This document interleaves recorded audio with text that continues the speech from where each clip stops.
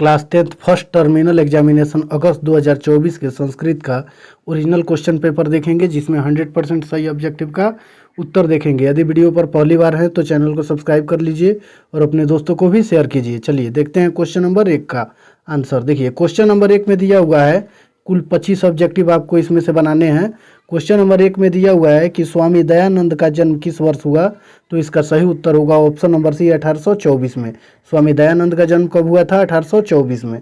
ठीक है, चलिए फिर आगे वाला क्वेश्चन हम लोग देखेंगे, स्वामी दयानंद की मृत्यु कब हुई थी, तो इसका सही उत्तर होगा ऑप्शन नंबर ए 1883 ईस्वी में। फिर 3 नंबर क्वेश्चन को देखते हैं, संस्कार कितने प्रकार के होते हैं, तो इसका सही उत्तर होगा ऑप्शन नंबर ए 16 प्रकार के होते हैं। संस्कारों की कुल संख्या कितनी है? 16। चलिए फिर आगे वाला क्वेश्चन हम लोग देखेंगे 4 नंबर में कि जन्म पूर्व कितने संस्कार होते हैं, तो इसका सही उत्तर होगा ऑप्शन नंबर ए 3, यानी जन्म से पहले 3 संस्कार होते हैं। फिर 5 नंबर क्वेश्चन को देखेंगे, संस्कार कितने प्रकार के होते हैं, तो देखिए मुख्य रूप से संस्कारों की संख्या 5 होती है। ऑप्शन नंबर बी सही हो जाएगा। चलिए फिर आगे वाला क्वेश्चन हम लोग देखेंगे, 6 नंबर क्वेश्चन में दिया हुआ है कि शैशव अवस्था में कितने संस्कार होते हैं, तो इसका सही उत्तर होगा ऑप्शन नंबर ए 6।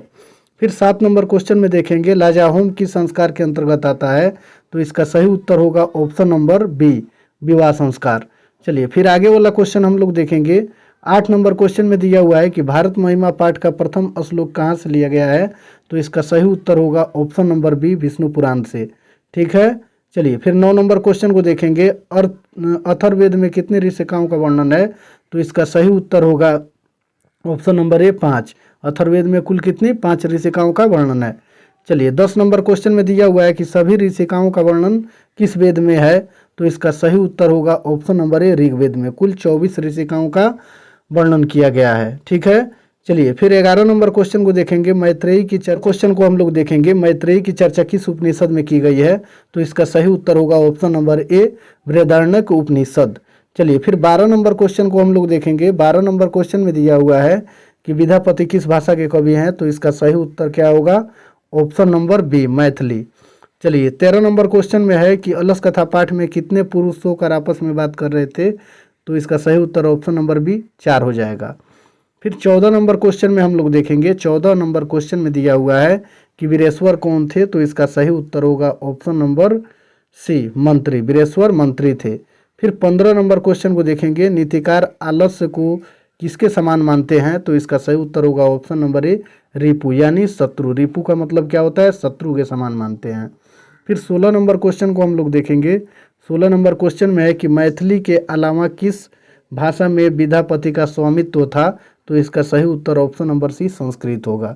फिर 17 नंबर क्वेश्चन को देखेंगे, पटना किस नदी के किनारे बसा हुआ है, तो इसका सही उत्तर होगा ऑप्शन नंबर सी, गंगा नदी के किनारे। फिर आगे वाला क्वेश्चन 18 नंबर को देखेंगे, गांधी सेतु कहाँ स्थित है, तो इसका सही उत्तर होगा ऑप्शन नंबर बी, पटना में। फिर 19 नंबर क्वेश्चन को देखेंगे, 19 नंबर क्वेश्चन में सत्यमेव जयते कहाँ से लिया गया है, तो इसका सही उत्तर होगा ऑप्शन नंबर डी, मुंडको उपनिषद से। फिर 20 नंबर क्वेश्चन में नान्यतम में कौन सी संधि है, तो इसका सही उत्तर ऑप्शन नंबर ए स्वर संधि हो जाएगा। फिर 21 नंबर क्वेश्चन में रामा शब्द का सप्तमी विभक्ति द्विवचन में क्या होगा, तो इसका सही उत्तर हो जाएगा 21 का ऑप्शन नंबर ए। ठीक है, रमासु।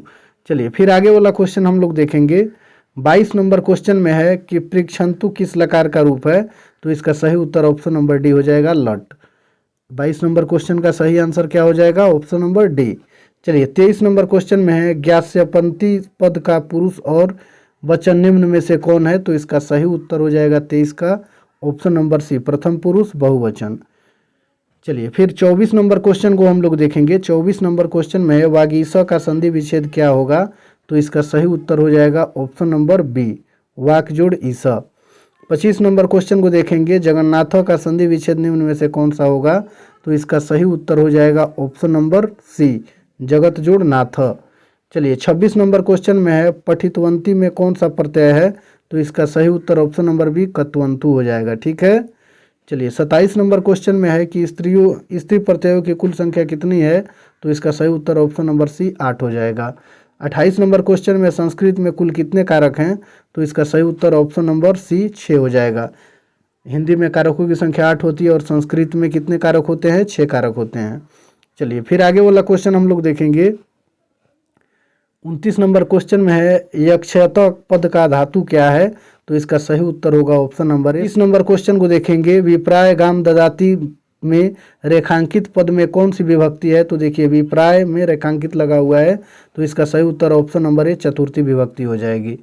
चलिए फिर यहाँ आगे देखते हैं, लघुत्तरियों में से केवल आपको 5 ही प्रश्नों का उत्तर देना है और सभी 2 अंक के होंगे, 10 अंक इससे मिल जाएंगे। और फिर यहाँ आपको दिया हुआ है 5 क्वेश्चन, कितना दिया हुआ है 5 क्वेश्चन, जिनमें से केवल 3 का ही उत्तर देना है। ठीक है, तो इन सभी प्रश्नों को अगले वीडियो में हम करवा देंगे।